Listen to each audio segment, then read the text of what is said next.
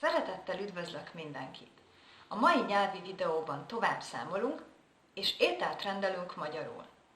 A számok 10 és 100 között a magyarban tízesével. 10, 20, 30, 40, 50, 60, 70, 80, 90, 100.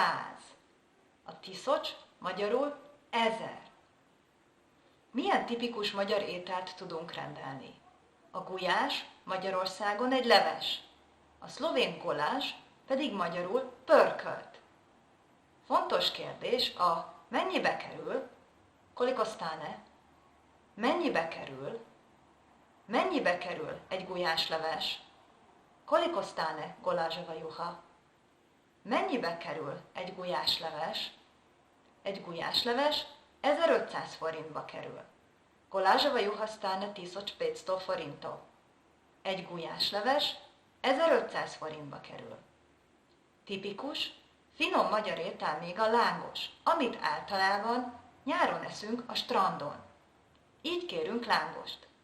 Kérek egy lángost fokhagymával. Lángas s česnom prosim. Kérek egy lángost fokhagymával. Másik opció a sajt és a tejföl.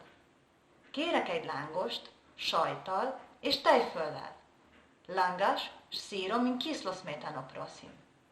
Kérek egy lángost sajttal és tejföllel.